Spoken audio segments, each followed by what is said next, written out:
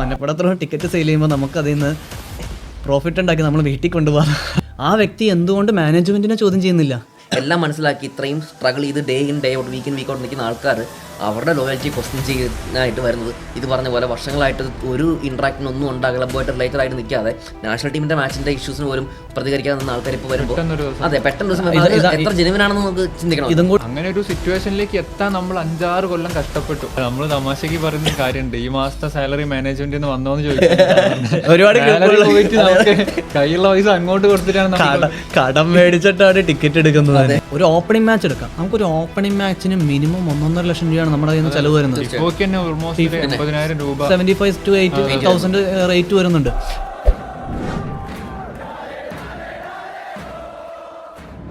And also നമ്മൾ മനസ്സിലാക്കേണ്ട വേറൊരു കാര്യം എന്താണെന്ന് വെച്ചാൽ, ഈ ഒരു ബോയ്ക്കോട്ട് ആക്ച്വലി നമ്മളെ ക്ലബിനെ ഇട്ടേച്ച് പോകാൻ നമ്മളുടെ ഈ ക്ലബിനോടുള്ള ഇഷ്ടം അങ്ങ് തീർന്നു പോയോണ്ടോ അല്ലെങ്കിൽ പ്ലേയേഴ്സിനെതിരെ ഒന്നും അല്ല, ഒരിക്കലുമല്ല. ബിക്കോസ് നമ്മൾ മനസ്സിലാക്കേണ്ട കേസ് എന്ന് വെച്ചാൽ പലരും പറയും വൈ ബോയ്ക്കോട്ടെന്ന്. ബിഫോർ ദാറ്റ് നമ്മൾ മനസ്സിലാക്കേണ്ടത് എന്തിനെതിരെ അല്ല ബോയ്ക്കോട്ടെന്ന് മനസ്സിലാക്കേണ്ടത്. Because at the end of the players അവിടെ അവരുടെ കമ്മിറ്റ്മെൻറ്റ് അവരുടെ എഫേർട്ടും കാണിക്കുന്നുണ്ട്. So knotting against the players. And നമ്മൾ ഈ ബോയ്ക്കോട്ട് ചെയ്യുമ്പോൾ നമ്മൾ ആദ്യം തൊട്ടേ പറയുന്ന കേസ് എന്ന് വെച്ചാൽ it is for the betterment of the club. അപ്പോൾ ക്ലബിൻ്റെ ഒരിക്കലും ഇട്ടിട്ട് പോകുക എന്നൊരു കോൺസെപ്റ്റ് അല്ല അവിടെ ഉള്ളത്. സോ നമ്മൾ ചിന്തിക്കുന്ന കാര്യം ക്ലബ്ബ് ബെറ്റർ ആവുക, ക്ലബ്ബ് ഒന്ന് ബെറ്ററായി മുമ്പോട്ട് പോകുക എന്നുള്ള കാര്യത്തിലാണ്. അപ്പോൾ അത് ഒരിക്കലും പ്ലേയേഴ്സിനെതിരെയോ അല്ലെങ്കിൽ ഇപ്പോൾ പലരും പറയുന്നത് കണ്ടു ലൈക്ക് നിങ്ങൾ എന്തിനാ ബോയ്ക്കോട്ട് ചെയ്യുന്നത്, അതെ 2 മാച്ച് ജയിച്ചോ പിന്നെ തന്നെ ബോയ്ക്കോട്ട്. സി ഇത് എപ്പോഴും നമ്മൾ ഈ റീസൻസി വൈസ് സംഭവമുണ്ട്. ഇപ്പോൾ നമ്മൾ റീസെൻ്റ്ലി ഒരു പ്ലെയർ ഒരു സീസൺ സൂപ്പറായിട്ട് കളിച്ചു കഴിഞ്ഞാൽ ഒരു പക്ഷേ അവൻ നേരത്തെ കളിച്ച പ്ലെയറുകൾ ബെറ്റർ എന്ന് പറയും. ഒരു പക്ഷേ ആളുടെ മെട്രിക്ക് ഡിഫറൻ്റ് ആയിരിക്കാം. ആ നേരത്തെ കളിച്ച പ്ലെയർ ഇതിനേക്കാൾ ക്വാളിറ്റി പ്ലെയർ ആയിരിക്കാം. പക്ഷേ റീസെൻ്റ്ലി കാണുന്ന ഈ പ്ലെയർ ആയതുകൊണ്ട് തന്നെ സബ് കോൺഷ്യസ്ലി നമ്മൾ റീസൻസി ബൈസിലേക്ക് വീഴും. ഇപ്പം അടുപ്പിച്ചൊരു 3-4 മാച്ച് ഒരു പ്ലെയർ സൂപ്പറായിട്ട് കളിച്ചു കഴിഞ്ഞാൽ ഹീസ് ദ ബെസ്റ്റ് എന്ന് പറയും. പക്ഷേ ആൾക്കൊരു റഫ് പാച്ച് വന്നു കഴിഞ്ഞാൽ ഡിപ്പ് ഉണ്ടാകും. അത് കഴിഞ്ഞ് വീണ്ടും പിക്കപ്പ് ചെയ്യും. ക്വാളിറ്റി പ്ലെയേഴ്സ് എപ്പോഴും പിക്കപ്പ് ചെയ്യും. അതുപോലാണ് ഒരു ക്ലബ്ബും ഒരു ടീമും ഒരു കോച്ച് ഹൂവർ ഇറ്റ് ഈസ്.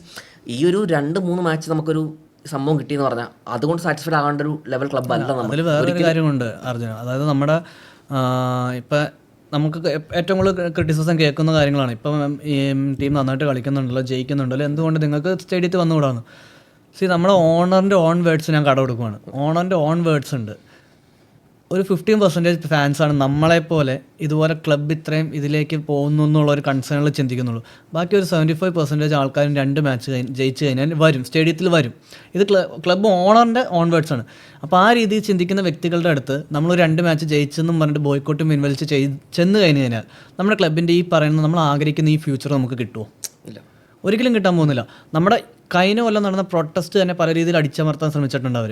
അപ്പോൾ ബോയ്ക്കോട്ട് 2 മാച്ച് ജയിച്ചു അല്ലെങ്കിൽ ഇപ്പം നന്നായിട്ട് കളിക്കുന്നുണ്ടെന്ന് പറഞ്ഞാൽ നമ്മൾ ബോയ്ക്കോട്ടും പിൻവലിച്ച് ഞങ്ങളതേ വന്നു എന്ന് പറഞ്ഞാൽ നമ്മൾ അങ്ങനെ ചെന്ന് കഴിഞ്ഞ് കഴിഞ്ഞാൽ അവരിത് തന്നെ കണ്ടിന്യൂ ചെയ്യും, ഈ സെയിം ലൂപ്പ് തന്നെ കണ്ടിന്യൂ ചെയ്യും. അവർക്ക് അടുത്ത സീസണിലേക്ക് സ്പോൺസേഴ്സിനെ പിച്ച് ചെയ്യണമെങ്കിലോ അല്ലെങ്കിൽ എന്തെങ്കിലും ഒരു കാണിക്കണമെങ്കിൽ നമ്മുടെ ടീമിന് ആകെയുള്ള ഒരു അസറ്റ് എന്ന് പറഞ്ഞു കഴിഞ്ഞാൽ ഫാൻസാണ്. അവർ വേറെ ഒന്നും അസറ്റില്ല. ബാക്കി കളിക്കുന്ന 13 ടീമിന് അസറ്റ് എന്ന് പറയാൻ എന്തെങ്കിലുമൊക്കെ ഉണ്ടാവും. പക്ഷെ നമ്മുടെ ടീമിന് മാത്രമേ ഉള്ളൂ ഈ ലീഗിൽ അസറ്റായിട്ട് ഫാൻസ് മാത്രമേ ഉള്ളൂ. നാളെ ഇനി അവർക്ക് കയ്യിൽ ആ ഫാൻസും കൂടി ഇല്ലെങ്കിലുള്ള അവസ്ഥ ഒന്ന് ആലോചിച്ചേക്ക്. there are clubs അത് കപ്പ് അടിച്ചിട്ട് അത് കാണിക്കാൻ വേണ്ടി സെലിബ്രേറ്റ് ചെയ്യാൻ ഫാൻസ് ഇല്ലാത്ത ക്ലബ്ബുകളുണ്ട് ഇവിടെ. അവിടാണ് ഒരു ക്ലബ് ഒരു ടൈറ്റിൽ പോലും ഫാൻസ് ഉണ്ട്. അതെ, ഇത് ഒരു സ്കെയർസിറ്റി. നമുക്ക് ഒരു വിന്നിങ് അല്ലെങ്കിൽ ഒരു ടൈറ്റിൽ ലെവൽ ഒരു കോമ്പറ്റൻസി എന്ന് പറയുന്ന ഒരു സ്കെയർസിറ്റിയാണ്. നമുക്ക് പലർക്കും കപ്പ് അടിച്ചിട്ട് സെലിബ്രേറ്റ് ചെയ്യാൻ ഫാൻസ് ഇല്ല. ഇപ്പം എൻ്റെ ഒരു ക്ലോസ് ഫ്രണ്ട് ഇപ്പം എല്ലാ മാച്ചിനും വരെ സീസൺ ടിക്കറ്റ് ഹോൾഡർ ആൾ പറഞ്ഞൊരു കേസ് ഉണ്ട് എപ്പോഴും ലൈക്ക് എടാ നീ ഹോണസ്റ്റ് ആയിട്ട് ചിന്തിച്ച് നോക്ക്, നമ്മുടെ ഇപ്പോഴത്തെ സ്ക്വാഡ് മുംബൈ സിറ്റി മോഹൻ ബഗാൻ പോലെ ടീമിന് അടിക്കാൻ പറ്റില്ല. ടോണെ ഗിവൺ ഡേ അവരുടെ കയ്യിൽ പഠിക്കാൻ പറ്റും ഇല്ല. സോ പിന്നെ എങ്ങനെയാണ് നമ്മൾ അതിനപ്പുറം നോക്കിയാൽ വേണ്ട അവരെ ഡയറക്റ്റ് അടിക്കണ്ട. നമ്മൾ ടോപ്പ് 4 ടോപ്പ് 6 ആ ഒരു ലെവലിൽ എത്തിയിട്ട് പ്ലേ ഓഫ് കയറി. ഇപ്പോൾ പ്ലേ ഓഫ് ഇല്ല, നേരത്തെ വരെയുള്ള കാര്യമാണ്. അങ്ങനെ എത്തുവാണെങ്കിൽ കൺസിസ്റ്റൻ്റ്ലി എത്തുവാണെങ്കിൽ ഓൺ 1 or അതർ ടൈം നമ്മൾ ടൈറ്റിൽ അടിക്കും, ഇല്ലെന്നല്ല. പക്ഷേ നമ്മൾ ചിന്തിക്കുമ്പോൾ എപ്പോഴും നമ്മൾ 4-5 സ്ക്വാഡിനേക്കാൾ വീക്കർ സ്ക്വാഡാണ് നമ്മൾ എപ്പോഴും വരുന്നത്. ഓൺ പേപ്പർ തന്നെ ഗ്രൗണ്ടിലേക്ക് വരുമ്പോൾ കഥ മാറുകയും ചെയ്യും. അപ്പോൾ സിമ്പിളായിട്ട് പറഞ്ഞു കഴിഞ്ഞാൽ നമ്മുടെ ബോയ്ക്കോട്ട് എന്ന് പറയുന്നത് പ്ലെയേഴ്സിനെതിരെ അല്ലെങ്കിൽ നമ്മുടെ ക്ലബിനെ നമ്മൾ ഉപേക്ഷിക്കുകയൊന്നുമല്ല. നമ്മളിപ്പോഴും സ്റ്റിൽ ഇപ്പോൾ ഒരു വിന്നിങ് വേയിൽ വന്നിട്ട് പോലും നമ്മൾ സ്റ്റിൽ ബോയ്ക്കോട്ട് കണ്ടിന്യൂ ചെയ്യുന്നതെന്ന് പറഞ്ഞാൽ ഈ വർഷങ്ങളായിട്ട് റിപ്പീറ്റഡ് ആയിട്ട് വരുന്ന ഈ ലൂപ്പിനൊരു എൻഡ് ഉണ്ടാവണം. അത് നമുക്ക് ഇത് കണ്ടിന്യൂ ചെയ്താലേ പറ്റത്തുള്ളൂ. ഇല്ലാത്ത പക്ഷം നമ്മളിപ്പോൾ സ്റ്റേഡിയത്തിൽ ചെല്ലുന്ന പക്ഷം അവർ അടുത്ത കൊല്ലം ഇത് തന്നെ റിപ്പീറ്റ് ചെയ്യും. ആദ്യത്തെ 4-5 കളി തോൽക്കുന്നു, കോച്ചിനെ സാക്ക് ചെയ്യുന്നു, 2 പ്ലെയേഴ്സിനെ സൈൻ ചെയ്യുന്നു, റിപ്പീറ്റ്. 2 കളി ജയിക്കുന്നു, ഫാൻസ് തിരിച്ചു വരുന്നു, റിപ്പീറ്റ്. അത് തന്നെയാണ് വർഷങ്ങളായിട്ട്. ഇതിനൊരു അറുതി വരാനാണ് നമ്മളിത്, അല്ലാണ്ട് നമുക്ക് ഒരു ലോങ് ടൈം വിഷയമാണ്. അതാണെങ്കിലോ ഇത് കറക്റ്റ് ടൈമാണെന്ന് ഞാൻ പറയുള്ളൂ. കാരണം ഇപ്പം പുതിയതായിട്ട് വരുന്ന ഒരു ഡീലെന്ന് പറയുന്നത് ഈസ് ഫോർ 15 to 20 years. നമുക്ക് ജീനിയസ് സ്പോർട്സ് ആണെങ്കിലും ഫാൻ കോഡാണ് Hoover it is coming 15 to 20 ഇയേഴ്സിനുള്ള ഒരു ഡീലാണ് ഇപ്പോൾ വരുന്നത്. അതായത് ഒരു ലോങ് ടൈം ലീഗ് സ്ട്രക്ചറാണ് സൈൻ ചെയ്യാൻ പോകുന്നത്. അപ്പോൾ അങ്ങനെ വരുമ്പോൾ നമ്മുടെ ക്ലബിനും ഒന്ന് റീവാമ്പ് ചെയ്തെടുക്കാനും ഒരു ലോങ് ടൈം വിഷൻ ക്രിയേറ്റ് ചെയ്യാനും ഒരു ലോങ് ടൈം പ്ലാൻ ജനറേറ്റ് ചെയ്യാനും പറ്റിയ സമയം ഇതാണ്. ഇതിലും വലിയൊരു സമയം നമുക്ക് കിട്ടൂല. കാരണം ഇത്രയും നാളെന്ന് പറഞ്ഞു കഴിഞ്ഞാൽ ഓക്കെ 15 ഇയേഴ്സിനോടടുത്ത് FSDL കരാറ് തീരാറായി, ഒരു ലോങ് ടൈം ഇത് നമ്മൾ കാണുന്നില്ല. ഇനി അടുത്തൊരു 15-20 ഇയേഴ്സ് നമ്മുടെ നമ്മുടെ KBC സ്റ്റാർ എന്ന് പറയുന്ന പ്രൊജക്റ്റ് റീവാമ്പ് ചെയ്തെടുക്കാനായിട്ട് പറ്റിയ സമയമാണിത്. അപ്പോൾ ഈ ഒരു സീസണിൻ്റെ എൻഡ് ഓഫ് കഴിയുമ്പോൾ, അല്ലെങ്കിൽ എൻഡ് ഓഫ് ഈ മെയിൽ തീർന്നു, അപ്പോൾ കഴിഞ്ഞു. അപ്പോൾ ഇപ്പോഴേ അതിനുള്ള ആലോചനകൾ തുടങ്ങണം. ഇപ്പം എൻ്റെ ഒരു ചോദ്യം സിമ്പിളാണ്, അടുത്ത കൊല്ലം ആര് ഈ ടീമിൽ ആരാണ് അടുത്ത കൊല്ലം ഉണ്ടാവുക? ഏത് ഫോറിൻ പ്ലെയർ അല്ലെങ്കിൽ ഏത് കോച്ച് ആരാണ് ഉണ്ടാവുക? ഒന്നും അറിയില്ല. അവർ സ്റ്റിൽ ഇപ്പോഴും പറയുന്നത് അടുത്ത കൊല്ലത്തെ ലീഗിനെ കുറിച്ചൊരു തീരുമാനമാവട്ടെ എന്നാണ്. അപ്പോൾ നമുക്ക് അങ്ങനെ ചിന്തിച്ചിരുന്നിട്ട് കാര്യമില്ല. ഇപ്പോഴേ നമ്മുടെ ആ ഒരു ചിന്ത തുടങ്ങണം.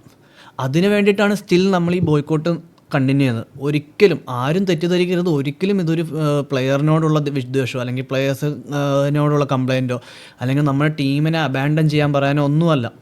നമ്മുടെ ടീമിൻ നന്നായി കാണാൻ, അല്ലെങ്കിൽ ടീം ഒന്നും നടുനിവർത്തി കൺസിസ്റ്റൻ്റ് ആയിട്ട് കാണാം. ഒരിക്കലും ഈ കളിക്കുന്ന 15 കൊല്ലം ട്രോഫി അടിക്കണം എന്നൊന്നുമല്ല നമ്മുടെ ആവശ്യം. എല്ലാ മാച്ചും ജയിക്കാനും സാധിക്കും. ജയിക്കാന്നും പറയില്ല, എല്ലാ മാച്ചും ജയിക്കുന്ന ഒരു ടീമിനെ കിട്ടണമെങ്കിൽ ഈ വേൾഡിൽ ഒരു ലീഗിലും നോക്കിയാൽ കാണത്തില്ല. അതും നമ്മൾ ഫുട്ബോൾ ഇഷ്ടപ്പെടുന്നവരാണ്. നമുക്ക് കാണേണ്ട നല്ല ഫുട്ബോളാണ്, നല്ല ബ്യൂട്ടിഫുൾ ഗെയിമാണ് നമുക്ക് കാണുന്നത്. ഈവൻ ഒരു മാച്ച് തോറ്റാലും ഫീൽഡിൽ ആ ഒരു ഇന്റന്റ് കാണിച്ചു കഴിഞ്ഞാൽ തന്നെ നമുക്ക് പകുതി ഒരു സീസൺ എടുത്ത് നോക്കുമ്പോൾ മാനേജ്മെന്റ് അവരുടെ വർക്ക് പ്രോപ്പറായിട്ട് ചെയ്തിട്ടുണ്ട്. ഒരു proper coach, proper pre season time with proper quality players ഉണ്ടെങ്കിൽ ആ സീസൺ ഫ്ലോപ്പ് ആയാൽ പോലും ആ മാനേജ്മെന്റ് ബിക്കോസ് അവരവരുടെ ജോലി ചെയ്തിട്ടുണ്ട്. അൺഫോർച്ചുനേറ്റ്ലി ഇൻ ഗ്രൗണ്ട് കുറേ ഇഞ്ചുറീസോ അല്ലെങ്കിൽ കോച്ചിന്റെ ടാക്ടിക്സ് മിസ്റ്റേക്സ് ഉണ്ടായി കഴിഞ്ഞാൽ okay we can understand that situation. പക്ഷേ ഇത് പുറമേ നിന്ന് ഓരോ മാച്ച് വന്ന് കാണുന്ന അല്ലെങ്കിൽ മാച്ചിലെ മാത്രം ഇൻവോൾവ് ചെയ്യുന്ന ആൾക്കാർക്ക് അറിയാം നമ്മുടെ മാനേജ്മെൻറ്റിൻ്റെ മിസ്റ്റേക്സും ഫോൾട്ട്സും ഉണ്ട്. അതുകൊണ്ടാണ് ക്ലബ്ബ് ഫ്ലോപ്പ് ആകുന്നത്, അല്ലെങ്കിൽ സീസൺ ഫ്ലോപ്പ് ആകുന്നതെന്ന് അവർക്ക് മനസ്സിലാകുന്നുണ്ടെങ്കിൽ എതിർ ടീമിൽ നിൽക്കുന്ന അനലിസ്റ്റിനോ അല്ല അവരുടെ കോച്ചിനോ എത്ര എളുപ്പം മനസ്സിലാക്കാൻ പറ്റും. ഡേ ടു ഡേ വന്ന് ജസ്റ്റ് മാച്ച് മാത്രം കാണുന്ന എന്താ പറയുക വേൾഡ് ഫുട്ബോൾ അത്ര ഇൻവോൾവ് അല്ലാത്ത ടാക്ടിക്കൽ നോളജ് വളരെ കുറവുള്ള നമ്മുടെ ആൾക്കാർ നോർമൽ ഫാൻസ് വരെ പറയുന്നു ഇതാണ് നമ്മുടെ ക്ലബിൻ്റെ പ്രശ്നം എന്ന് പറയുമ്പോൾ എതിർ ടീമിൽ നിൽക്കുന്ന കോച്ചസിനും അവരുടെ സ്റ്റാഫ്സിനൊക്കെ എത്ര എളുപ്പം മനസ്സിലാക്കി നമ്മൾ തോപ്പിക്കാൻ പറ്റും? അതൊരു വലിയ ക്വസ്റ്റ്യൻ മാർക്കാണ്. ബിക്കോസ് നമ്മൾ നോക്കുമ്പോഴത്തേക്കും എന്താ ഒറ്റ സീസണല്ലേ സംഭവിച്ചുകൊണ്ടിരിക്കണേ. എല്ലാ വർഷവും ഈ സെയിം ലൂപ്പാണ്. നേരത്തെ കിരൺ പറഞ്ഞ ഈ ലൂപ്പിൽ നിന്ന് പുറത്തിറങ്ങുക, ക്ലബ്ബ് ഒന്ന് നേരെ നിൽക്കുക. ഒരു ക്ലബ്ബ് മോശം സിറ്റുവേഷൻ ആണെങ്കിൽ there need some time to റീസ്ട്രക്ചറിന് പറ്റിയ ടൈമാണ് ഈ പറഞ്ഞത്. കാരണം ഇപ്പോൾ ഒരു ലോങ് ടൈം ഡീൽ വരികയാണെങ്കിൽ ക്ലബ്ബ് ഒന്ന് റീവാമ്പ് ചെയ്ത് റീസ്ട്രക്ചർ ചെയ്ത് ഇവരാരും കഴിവില്ലാത്ത ആൾക്കാരല്ല. They can do things. പറ്റില്ല, അതെ കണ്ടതാണ്. ഇവന്റെ ഫസ്റ്റ് സീസണിലെ സ്ക്വാഡ് നമ്മൾ കണ്ടതാണ്. ഇവർക്കത് പറ്റുന്നുണ്ടെങ്കിൽ ഇവന്റെ തേർഡ് സീസണിലെ സമ്മർ വിൻഡോ നല്ല വിൻഡോ ആയിരുന്നു. ഇവർക്കത് പറ്റുന്നില്ല എന്നുണ്ടെങ്കിൽ bring people who can do things. ഇത് അതെ ഇത് പറ്റുന്നുണ്ടെങ്കിൽ ദേ ഷുഡ് ഡു തിങ്സ്. അവർക്ക് കഴിവില്ലാത്തവരല്ല, അവർക്ക് പറ്റില്ല റീപ്ലേസ് ചെയ്യപ്പെടണം എന്നുണ്ടെങ്കിൽ bring new people who can do the thing. കാരണം at the end of the day ഇപ്പം കരോൾസ് പറഞ്ഞൊരു കാര്യമുണ്ട് പണ്ടൊരു ഫാൻ ഫോറത്തിൽ, എവരി വൺ ഈസ് റീപ്ലേസബിൾ. കോച്ചാവട്ടെ ഞാനാവട്ടെ ഈ കാണുന്ന ആരും റീപ്ലേസബിൾ ആണ്, പ്ലേയേഴ്സ് ആരും റീപ്ലേസബിൾ ആണ്. പക്ഷേ ക്ലബ്ബ് ഒരിക്കലും റീപ്ലേസബിൾ അല്ല, ഇറീപ്ലേസബിൾ ആണ്. ആ ക്ലബ്ബ് അവിടെ ഉണ്ടാവണം. ആ ഒരു ഐഡന്റിറ്റി നിലനിന്ന് പോകണമെങ്കിൽ നമ്മൾ ഈ ഒരു ബോട്ടം ക്ലബ്ബ് എന്ന ലേബിൾ വീഴരുത്. കാരണം ഒരു കാലത്ത് ഒരു ലേബിൾ നമുക്ക് ഉണ്ടായിരുന്നു, അവിടെ നിന്നാണ് മാറി. 2 ജയം കണ്ട് സന്തോഷിക്കുമ്പോൾ ഒബ്വിയസ്ലി നമ്മുടെ ടീം ജയിക്കുന്നതാണ് സന്തോഷമുണ്ട്. തീർച്ചയായിട്ടും കോംപ്രമൈസ് ആയി പോവാം. ടേബിൾ ടീമാണ് നമ്മുടെ ഉള്ളിൽ ഇങ്ങനെ ആ ഒരു. അത് മാത്രമല്ല വിഷ്ണു, ഇപ്പം ഞാൻ പറയുകയാണെങ്കിൽ പേഴ്സണലി എനിക്ക് തോന്നുന്നു എന്നെ പോലെ ചിന്തിക്കുന്ന ഒരുപാട് പേരുണ്ട്. ഇപ്പോൾ ടീം കല്ലൂർ സ്റ്റേഡിയത്തിൽ കളിച്ച് ജയിക്കുന്നത് കാണുമ്പോൾ അവിടെ പോയിട്ട് സന്തോഷിക്കാൻ പറ്റത്തിൽ നല്ല വിഷമമുണ്ട്. പക്ഷേ ആ വിഷമം നമ്മൾ ഉള്ളിൽ അടക്കുന്നത് ഒന്നേ ഉള്ളൂ, ഈ 2-3 മാച്ചിലേക്ക് മാത്രമായിട്ട് ആ സന്തോഷം ഒതുങ്ങിപ്പോവാതിരിക്കാനും വരുന്ന സീസണുകളോളം നമുക്ക് ഈ ഒരു സന്തോഷം കിട്ടാനും വേണ്ടിയിട്ടാണ് നമ്മളിത് ചെയ്യുന്നത്. അല്ലാണ്ട് ഈ ഒരു 2 മാച്ച് അല്ലെങ്കിൽ 4 മാച്ച് ജയിച്ചു സന്തോഷിച്ചു അടുത്ത കൊല്ലം പിന്നെയും ഈ ദുഃഖത്തിലേക്ക് അല്ലെങ്കിൽ ഈ ഒരു ഫ്രസ്ട്രേഷനിലേക്ക് പോവാതിരിക്കാനാണ് ഇന്നിപ്പോൾ ഈ സന്തോഷത്തിൻ്റെ ഇടയിൽ നമ്മൾ ഇങ്ങനെ തന്നെ നിൽക്കുന്നത്. നമ്മൾ ക്ലബിനോട് ആവശ്യപ്പെടുന്ന ഡിമാൻഡ് വലിയ ഹൈ ഡിമാൻഡ്സ് ഒന്നുമല്ല. ഒരു 100 കോടി രൂപ അല്ലെങ്കിൽ 200 കോടി രൂപ സ്പെൻഡ് ചെയ്ത് നല്ലൊരു പ്ലെയറിനെ കൊണ്ട് റൊണാൾഡോ പോലെ ഹൈ പ്രൊഫൈൽ പ്ലെയറിനെ കൊണ്ടുവരുന്ന ഏതൊരു ക്ലബിനും ഉണ്ടാവേണ്ട വെറും ബേസിക് നീഡ്സ് അല്ലെങ്കിൽ ബേസിക് സ്ട്രക്ചേഴ്സാണ് നമ്മൾ ചെയ്യുന്നത്. ക്ലിയർ ആയിട്ടുള്ള ഒരു സ്പോർട്ടിംഗ് വിഷൻ, ഒരു ലോങ് ടൈം വിഷൻ, ക്ലിയർ ആയിട്ട് പ്ലെയേഴ്സിനെ സൈൻ ചെയ്യുക, റീറ്റെയിൻ ചെയ്യുക, ബേസിക് ഫെസിലിറ്റീസ് ഉണ്ടാക്കുക, ഫിലോസഫി കൊണ്ടുവരിക, ഒരു മെൻറ്റാലിറ്റി കാണിക്കുക, ഫാൻസിനുമായിട്ട് കൂടുതലായിട്ട് നന്നായിട്ട് എൻഗേജ് ചെയ്യുക, ഫാൻസ് ഇൻട്രാക്ഷൻസ് ഉണ്ടാക്കുക. ഇതുപോലുള്ള ബേസിക് ഒരു ക്ലബിൻ്റെ ഏതൊരു ഫാൻ ക്ലബ് ആവശ്യമുള്ള പ്ലേയേഴ്സിനെ കൊടുക്കുക, ആവശ്യമുള്ള പ്ലേയേഴ്സിനെ റീറ്റെയിൻ ചെയ്യുക. അല്ലാണ്ട് അവർ കുറച്ച് പ്ലേയേഴ്സിനെ സൈൻ ചെയ്യുന്നു, വേറൊരു കോച്ചിനെ കൊണ്ടുവന്ന് രണ്ട് വ്യത്യസ്തരായിട്ട് പോകുന്നു. ഞാൻ നേരത്തെ ഇപ്പം ചിന്തിച്ചൊരു പോയിന്റാണ്. നേരത്തെ പറഞ്ഞല്ലോ നമ്മുടെ ഒരു 80% 75% ഫാൻസിന് 2 മാച്ച് തിരിച്ചു വരും. അങ്ങനെ അവർ വരുന്നുണ്ടെന്നുണ്ടെങ്കിൽ ഒരു ഹോൾ സീസൺ അല്ലെങ്കിൽ ഒരു കപ്പിൾ ഓഫ് സീസൺസ് അടുപ്പിച്ച് നല്ല രീതിയിലൊരു സ്റ്റാക്ഡ് ആയിട്ട് ഒരു പ്രോപ്പർ വിന്നിംഗ് ലെവലുള്ള മെന്റാലിറ്റിയും ടീമും ക്വാളിറ്റി കോച്ചസ് എല്ലാം ഉണ്ടെങ്കിൽ ഏത് ലെവലിലേക്ക് ഇത് പോകും. വൺസ് നമ്മൾ കുറേ വർഷം ശേഷം ഫൈനലിൽ കയറിയപ്പോഴത്തേക്കും കണ്ടതാണ്. ആ കോവിഡ് സമയത്ത് പോലും എല്ലാവരും ഗോവയിൽ പോയി എന്ത് ഇതായിരുന്നു നമ്മൾ കണ്ടതാണ്. ഗോവയിലെ സ്റ്റാൻഡ് ഫില്ലായിരുന്നു. ഞാൻ പറയുകയാണെങ്കിൽ ഞങ്ങൾ എനിക്ക് ഇവിടുന്ന് ടെമ്പോ ട്രാവലർ എടുത്തിട്ട് ഗോവയ്ക്ക് കാണാൻ, സത്യം. ഒപ്പം ഒരുപാട് ട്രാവലിംഗ് ഫാൻസ് ഒന്നും വേണ്ട നമ്മുടെ സെമി ഫൈനൽ ഈ ഗോവയിൽ വെച്ച് നടന്ന ഫൈനലിന് മുമ്പുള്ള സെമി ഫൈനൽസിന് ഇവിടെ സ്ക്രീനിങ് ആണിപ്പോൾ.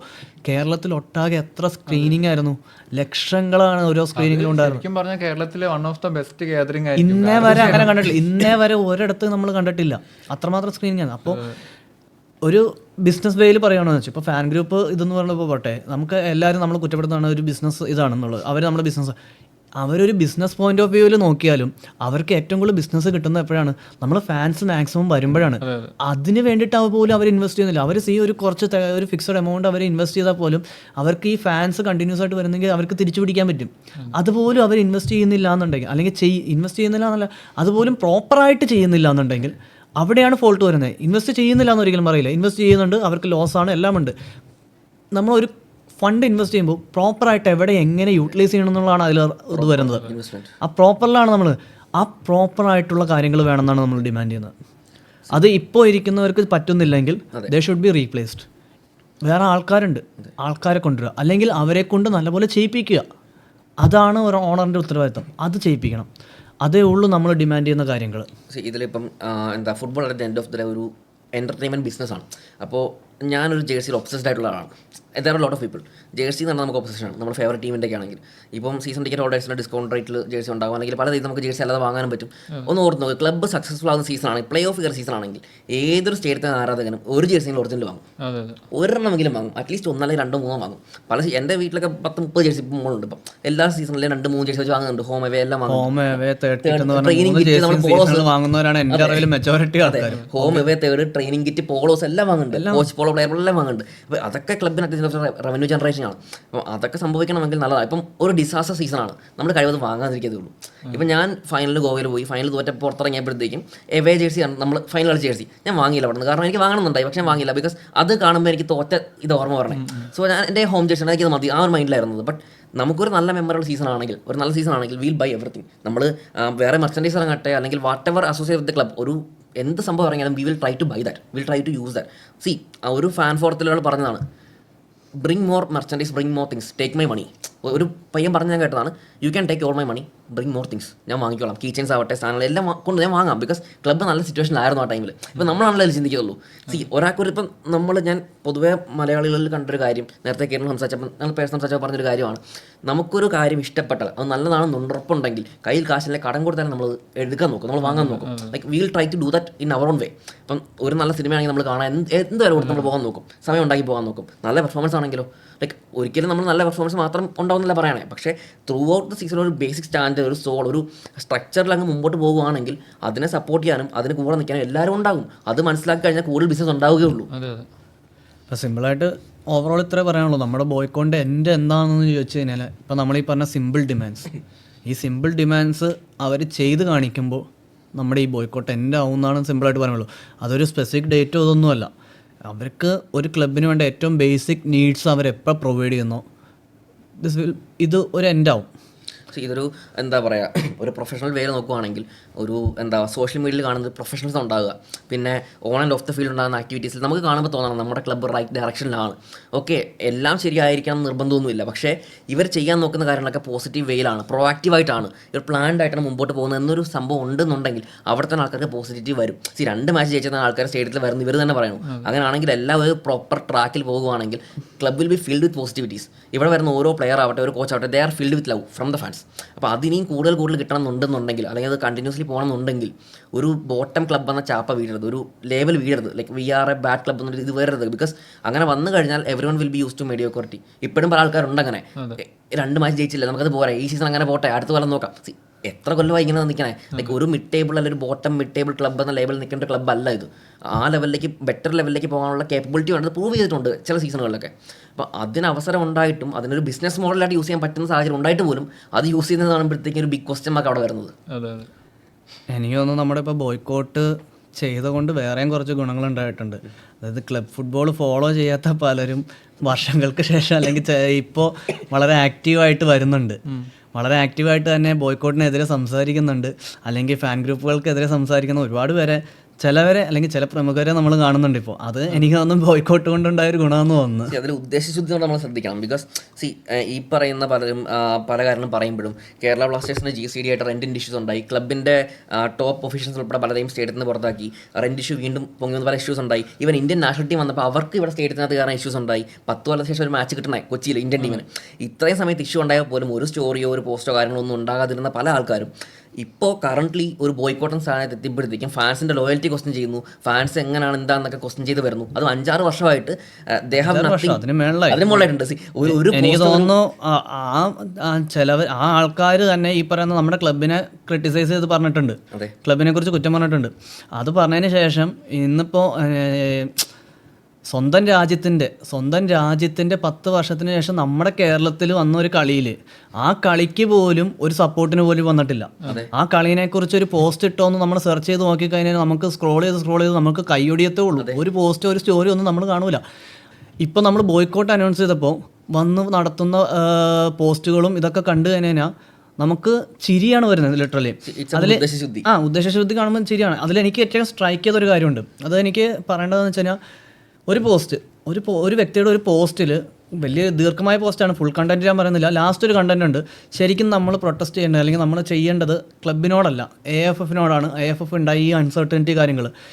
ഈ പറയുന്ന വ്യക്തി കാണാത്ത ചില കാര്യങ്ങളുണ്ട്. അതായത് ഇന്ത്യൻ ഫുട്ബോളിൻ്റെ അൺസർട്ടനിറ്റി ഉണ്ടായപ്പോൾ അതിനെതിരെ ആദ്യം ശബ്ദമുയർത്തിയ ഏക ഫാൻ ക്ലബ്ബ് മന്നപ്പടയാണ്. അങ്ങോട്ട് അപ്രോച്ച് ചെയ്തിട്ട് ISL ഫുട്ബോൾ ഫെർട്ടേണിറ്റി എന്ന് പറയുന്ന ഗ്രൂപ്പ് ക്രിയേറ്റ് ചെയ്തിട്ട് IFFന് മെയിൽ അയക്കുക, അതിനെതിരെ പ്രൊട്ടസ്റ്റ് ചെയ്യുക മീൻസ് നമ്മൾ ഫസ്റ്റ് മാച്ചിന് നമ്മുടെ സ്റ്റേഡിയത്തിൻ്റെ പുറത്ത് നമ്മൾ ഗ്യാദർ ചെയ്ത് സേവ് ഇന്ത്യൻ ഫുട്ബോൾ എന്നൊരു ക്യാമ്പയിൻ വരെ നടത്തിയിട്ടുണ്ട്. അതുപോലെ നമ്മൾ പല ഫാൻ ഗ്രൂപ്പുകളും ചേർത്ത് നിർത്തി നമ്മൾ പോസ്റ്റുകളും കാര്യങ്ങളും ഇത് ചെയ്തിട്ടുണ്ട്. നമ്മൾ AFFനും സ്പോർട്സ് മിനിസ്ട്രിക്കും എല്ലാം മെയിൽ അയച്ചിട്ടുണ്ട്. ഇത്രയും ഒരുപാട് കാര്യങ്ങൾ നമ്മൾ ചെയ്തപ്പോൾ പോലും ഈ പറയുന്ന വ്യക്തി അല്ലെങ്കിൽ ഈ പറയുന്ന വ്യക്തികൾ ആരെയും ഒരു ശബ്ദവും ഉയർത്തി കണ്ടിട്ടില്ല. ഇന്ത്യൻ ഫുട്ബോളിനോട് സ്നേഹമുള്ള ആൾക്കാരാണെന്ന് ഓർക്കണം. ഇന്ത്യൻ ഫുട്ബോളിനോട് ഇത്രയും സ്നേഹമുള്ള ഈ ഫുട്ബോൾ ബോയ്ക്കോട്ട് ചെയ്താൽ ഫുട്ബോൾ നശിക്കുമെന്ന് പറഞ്ഞ് ഇപ്പോൾ മുമ്പോട്ട് വന്ന ആൾക്കാർ പോലും ഈ പറഞ്ഞ കാര്യങ്ങൾക്കൊന്നും പ്രതികരിക്കാൻ തയ്യാറായിട്ടില്ല. അപ്പോൾ എന്തുകൊണ്ട് അവരിപ്പോൾ വന്നു? അതിൽ വേറൊരു കൺസേണും കൂടി എന്താണെന്ന് വെച്ച് കഴിഞ്ഞാൽ ഇത്രയും മാച്ചസ് തോറ്റപ്പോഴൊന്നും കണ്ടിട്ടില്ല. ആഷ്ലി വെസ്റ്റ്വുഡ് എന്ന് പറഞ്ഞൊരു കോച്ച് വന്നപ്പോൾ മാത്രമാണ് ഈ പറഞ്ഞ ആൾക്കാർ വെളിയിലേക്ക് വരുന്നത്. ആ ഇതിലുള്ള ഉദ്ദേശശുദ്ധി നമ്മൾ മനസ്സിലാക്കണം. തീർച്ചയായിട്ടും.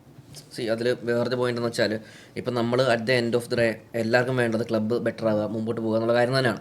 അവിടെ ഇത്രയും വർഷം ലോയലായിട്ട് through the ups and downs money time എല്ലാം ഇൻവെസ്റ്റ് ചെയ്ത് ഒരു ദിവസം അല്ലെങ്കിൽ 25 hours 36 minutes എന്നുള്ള ഡ്രസ്സിംഗ് റൂമിൻ്റെ സംഭവം ഉൾപ്പെടെ എല്ലാം മനസ്സിലാക്കി ഇത്രയും സ്ട്രഗിൾ ചെയ്ത് day in day out week in week out നിൽക്കുന്ന ആൾക്കാർ അവരുടെ ലോയൽറ്റി ക്വസ്റ്റ്യൻ ചെയ്യാനായിട്ട് വരുന്നത് ഇത് പറഞ്ഞ പോലെ വർഷങ്ങളായിട്ട് ഒരു ഇൻട്രാക്ഷനൊന്നും ഉണ്ടാകുക ക്ലബ്ബുമായിട്ട് റിലേറ്റഡ് ആയിട്ട് നിൽക്കാതെ നാഷണൽ ടീമിൻ്റെ മാച്ചിൻ്റെ ഇഷ്യൂസിന് പോലും പ്രതികരിക്കാതെ നിന്ന ആൾക്കാർ ഇപ്പോൾ വരുമ്പോൾ അതെ പെട്ടെന്ന് ദിവസം എത്ര ജെനുവിനാണെന്ന് നമുക്ക് ചിന്തിക്കണം. ഇതും കൂടി ഒരു കൺസേൺ ആണ്. അതായത് ഇപ്പോൾ നമുക്ക് കേരള ബ്ലാസ്റ്റേഴ്സിന്റെ ഫസ്റ്റ് മാച്ചിന്റെ തലേദിവസം നമുക്ക് GCDയിൽ ഉണ്ടായ ഇഷ്യൂസ് നമ്മൾ കണ്ടാണ്.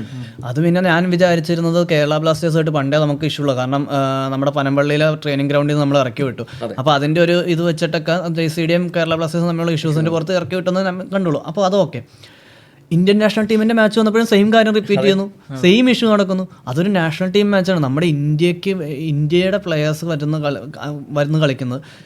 നമുക്ക് വർഷങ്ങൾക്ക് ശേഷം കിട്ടിയ ഒരു മാച്ച് ഒരു ഇൻ്റർനാഷണൽ ടീമായ ഹോങ്കോങ്ങും ഉള്ള സമയത്ത് ഈ GCDയിൽ നിന്ന് ഇങ്ങനെ ഇറക്കി വിടുമെങ്കിൽ ഇങ്ങനെ ഒരു ഇഷ്യൂ ഉണ്ടായപ്പോഴും ശബ്ദിക്കാത്ത ആൾക്കാർ, അന്ന് നമ്മുടെ ക്ലബ്ബ് ഇടപെട്ടില്ല എന്നുള്ളത് പോട്ടെ, അന്ന് ഇതിനെപ്പറ്റി ഒരു പോസ്റ്റ് ഇടുകയോ അല്ലെങ്കിൽ ഒന്ന് റിയാക്ട് ചെയ്യുകയോ അല്ലെങ്കിൽ ഇതിനെക്കുറിച്ചൊന്ന് ചോദ്യം ചെയ്യുകയോ ഒന്നും ചെയ്തിട്ടില്ലാത്ത ആൾക്കാരാണ് ഇപ്പം ഈ ബോയ്ക്കോട്ടിൻ്റെ പേരിൽ വന്നിട്ട് നമ്മൾ എന്ത് ബോയ്ക്കോട്ട് എന്തിനാണ് ചെയ്യുന്നത്, നിങ്ങൾ ക്ലബിനെ ഇല്ലാണ്ടാക്കുകയാണ്, നിങ്ങൾ ഇന്ത്യൻ ഫുട്ബോളിന് ഇല്ലാണ്ടാക്കുവാണ്. ഈ ലോക ഫുട്ബോളിൽ ബോയ്ക്കോട്ട് എന്ന് പറയുന്ന സാധനം ആദ്യമായിട്ട് ചെയ്യുന്ന ടീമൊന്നുമല്ല നമ്മൾ. ഒരുപാട് പേര് ചെയ്യുന്നുണ്ട്. എനിക്കൊന്ന് റീസെൻ്റ്ലി ഇപ്പോൾ ഞാൻ കണ്ടതാണ് Malaysian football Ultras Malaysia boycott പ്രഖ്യാപിച്ചു. എന്തിനാണ്? അവരുടെ ഇന്റർനാഷണൽ ഫുട്ബോൾ ടീം മാച്ചിന്റെ ഇതാണ് ബോയ്ക്കോട്ട് ചെയ്യുന്നത്. അവര് അനാസ്ഥ കണ്ടിട്ടാണ് ബോയ്ക്കോട്ട്. അപ്പോൾ ഏഷ്യയിലെ ബെസ്റ്റ് ഫാൻ ക്ലബ്ബാന്ന് തോന്നുന്നു അവർ അൾട്രാസ് മലേഷ്യ. അപ്പോൾ അവർ പോലും ചെയ്യുന്ന കാര്യങ്ങളാണ്. അപ്പോൾ അങ്ങനെ നിൽക്കുന്ന വ്യക്തികൾ ഈ പറഞ്ഞ ഇന്ത്യൻ ഫുട്ബോളിന് വരുന്ന സാഹചര്യം ഒന്നും കണ്ടിട്ടില്ല. എന്നിട്ട് വന്നിട്ട് ഈ പറഞ്ഞ ഫാൻ ക്ലബ്ബുകളുടെ ഉദ്ദേശശുദ്ധി അല്ലെങ്കിൽ ഫാൻ ക്ലബ്ബുകളുടെ കാര്യങ്ങളൊക്കെ ചോദ്യം ചെയ്യുകയാണ്. അതിൽ ചോദ്യം ചെയ്തതിൽ എനിക്ക് ഏറ്റവും സ്ട്രൈക്കായിട്ടുള്ള ഒരു കാര്യമുണ്ട്.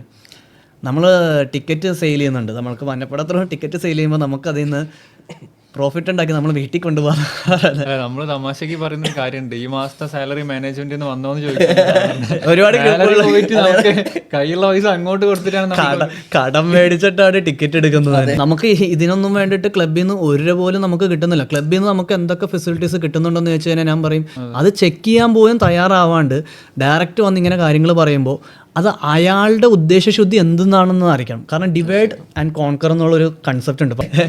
അപ്പൊ അല്ല, ഈ പറയുന്നവർക്ക് ശരിക്കും അറിയില്ല ഒരു സീസണിൽ ഒരു ടിഫോ ചെയ്യണമെങ്കിൽ എത്ര രൂപയാവും. അല്ല, അതിൽ വേറൊരു കാര്യമുണ്ട് വിഷ്ണു. അതായത് ബാനേഴ്സിന് എത്രയാവുന്ന ആർക്കും അറിയില്ല. ഈ ബേസിക് കാര്യങ്ങൾ അന്വേഷിക്കാണ്ട് വെറുതെ വന്നിരുന്നിട്ട് കാര്യമില്ല.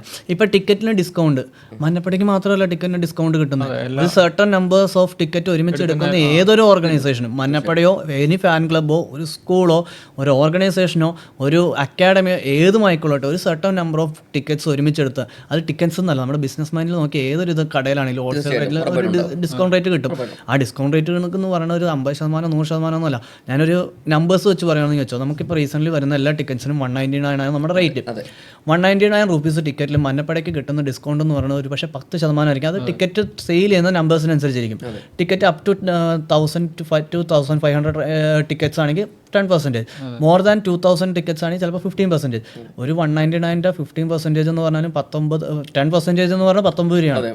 15% എന്ന് പറയുമ്പോൾ എനിക്ക് തോന്നുന്നു 24-25 രൂപ വരും. ആ 25 രൂപയുടെ റിഡക്ഷൻ, അത് 199 - 25 എടുത്തു 174. മഞ്ഞപ്പട സെയിൽ ചെയ്യുന്ന എത്രയാണ്? ഇന്നേ വരെ മഞ്ഞപ്പട ആർക്കും ബേസിക് പ്രൈസായി 199 പ്ലസിൽ എവിടെയും സെയിൽ ചെയ്തിട്ടില്ല. 20 രൂപ ഡിസ്കൗണ്ട് കിട്ടിയാൽ ആ 10 രൂപ നമുക്ക് തിരിച്ച് നമ്മുടെ മെമ്പേഴ്സിന് തന്നെയാണ് നമ്മൾ കൊടുക്കുന്നത്. അല്ല, അത് അവർ ഓൺലൈനിൽ എടുക്കുകയാണെങ്കിൽ ടാക്സ് അടക്കം ഒരു 40 ഈ 199 പ്ലസ് ടാക്സ് വരും. അവിടെ നമ്മൾ ഒന്നില്ലെങ്കിൽ 199, മോസ്റ്റ് പ്രോബ്ലി ഏറ്റവും കൂടുതൽ നമ്മൾ ചെയ്യുന്നത് 189 ആണ്. നമ്മൾ ഫസ്റ്റ് മാച്ചിനൊക്കെ ടിഫോ അഡീഷണൽ വരുമ്പോൾ മാത്രമാണ് നമ്മൾ 199 സെയിം ബേസിക് പ്രൈസിന് മാത്രം കൊടുക്കുന്നത്. പക്ഷേ ഒരു 90% മാച്ചസിന് നമ്മൾ 199 എന്നുള്ള ബേസ് പ്രൈസിനേക്കാളും മിനിമം 10 രൂപ കുറച്ചാണ് നമ്മൾ കൊടുക്കുന്നത്. അപ്പം നമുക്ക് കിട്ടുന്ന ഡിസ്കൗണ്ടിൽ നിന്ന് ഒരു പെർസെൻറ്റേജ് നമ്മൾ അവർക്ക് കൊടുക്കുന്നുണ്ട്. ഇനി അതുപോലെ തന്നെ നമ്മളോട് ചോദിച്ച കാര്യമാണ്, നമുക്ക് ജേഴ്സി സെല്ലിങ് അല്ലെങ്കിൽ മെർച്ചൻഡൈസ് സെല്ലിങ്ങിൽ നിന്ന് നമുക്ക് ഡിസ്കൗണ്ട് ഉണ്ട്. തീർച്ചയായിട്ടും ഡിസ്കൗണ്ട് അല്ല, നമുക്ക് പ്രോഫിറ്റ് ഉണ്ട്. ഒരു പ്രോഡക്റ്റ് നമ്മളൊരു ബൾക്കായിട്ട് ഒരു പ്രോഡക്റ്റ് നമ്മൾ ഏതൊരു ആൾക്കാർ വിൽക്കുവാണെങ്കിൽ നമുക്ക് അതിൽ നിന്നൊരു പ്രോഫിറ്റ് ഉണ്ട്. ഇനി ഇതൊക്കെ എന്തുകൊണ്ടാണെന്ന് വെച്ച് കഴിഞ്ഞാൽ ഇതാണ് നമ്മുടെ ക്യാപിറ്റ. ഈ മഞ്ഞപ്പട എന്ന് പറയുന്ന ഓർഗനൈസേഷൻ്റെ ഒരു ക്യാപിറ്റൽ ഇൻകം എന്ന് പറയുന്നത് ഇതാണ്. അല്ലാണ്ട് നമ്മളിവിടെ ആരുടെയും പിരിവ് നടത്തുന്നില്ല, നമ്മൾ പോയി പിരിവ് നടത്തുന്നില്ല. നമ്മുടെ ഒരു പെർ ക്യാപിറ്റൽ ഇൻകം എന്ന് പറയുന്നത് ഇതാണ്. നമുക്കപ്പോൾ ടിക്കറ്റിൽ നിന്ന് നമുക്ക് ഈ കിട്ടുന്ന ഡിസ്കൗണ്ട് എമൗണ്ടിൽ നമ്മൾ പർട്ടിക്കുലർ ആയിട്ട് ഒരു വിഹിതം നമ്മൾ ക്ലിയർ ആയിട്ട് നമ്മുടെ മെമ്പേഴ്സിലേക്ക് എത്തുന്നുണ്ട്. അതുപോലെ ഞാൻ പറഞ്ഞതാണ് ഈ പറഞ്ഞാൽ ജേഴ്സി ഇതിൽ നിന്ന് കിട്ടുന്ന ഒരു പ്രോഫിറ്റ് എമൗണ്ട്. ഇതാണ് നമ്മുടെ ഒരു സ്റ്റാർട്ടിങ്, ഒരു ഫണ്ടിങ് എന്ന് നമുക്ക് പറയുന്നത്. നമ്മുടെ ഒരു എന്ന് പറയുന്നത്. ഇനി ഈ ക്യാപിറ്റൽ എമൗണ്ട്, നമ്മുടെ ഈ എമൗണ്ട് എവിടെയാണ് നമ്മൾ എക്സ്പെൻഡ് വരുന്നത്? നമ്മൾ എല്ലാ സീസണിലും, ഇതുവരെയുള്ള എല്ലാ സീസണിലും മിനിമം 4 ടിഫോസ് നമ്മളൊരു സ്റ്റേഡിയത്തിൽ ചെയ്യുന്നുണ്ട്. ഈവൻ നമ്മളാണ് ഏഷ്യയിലെ ഏറ്റവും ലാർജസ്റ്റ് ടിഫോ ചെയ്തത്, മൊസൈക്ക് ചെയ്തത്. തീർച്ചയായിട്ടും. അപ്പോൾ ഈ ടിഫോസ് ഒന്നും പ്രിന്ററിൽ നമ്മൾ പോയിട്ട് അടിച്ചു വെച്ച് കഴിഞ്ഞാൽ തരുമോ എന്ന് പറഞ്ഞു കഴിഞ്ഞാൽ തരൂല. ഇതിന് ക്യാഷ് തന്നെ കൊടുക്കണം, ക്യാഷിന് ക്യാഷ് തന്നെ കൊടുക്കണം. നമ്മൾ എക്സ്പെക്ട് ചെയ്യുന്നതിനേക്കാളും വലിയ എമൗണ്ട് ആണ്. നമുക്ക് എനിക്ക് തോന്നുന്നു ഒരാൾ ചിന്തിച്ചാൽ മതി, ഒരു സ്ക്വയർ ഫീറ്റിന് ഒരു ക്ലോത്തിൽ പ്രിന്റ് ചെയ്യണതിന് ഒരു സ്ക്വയർ ഫീറ്റിന് മിനിമം ഒരു 18-19 രൂപ വരും.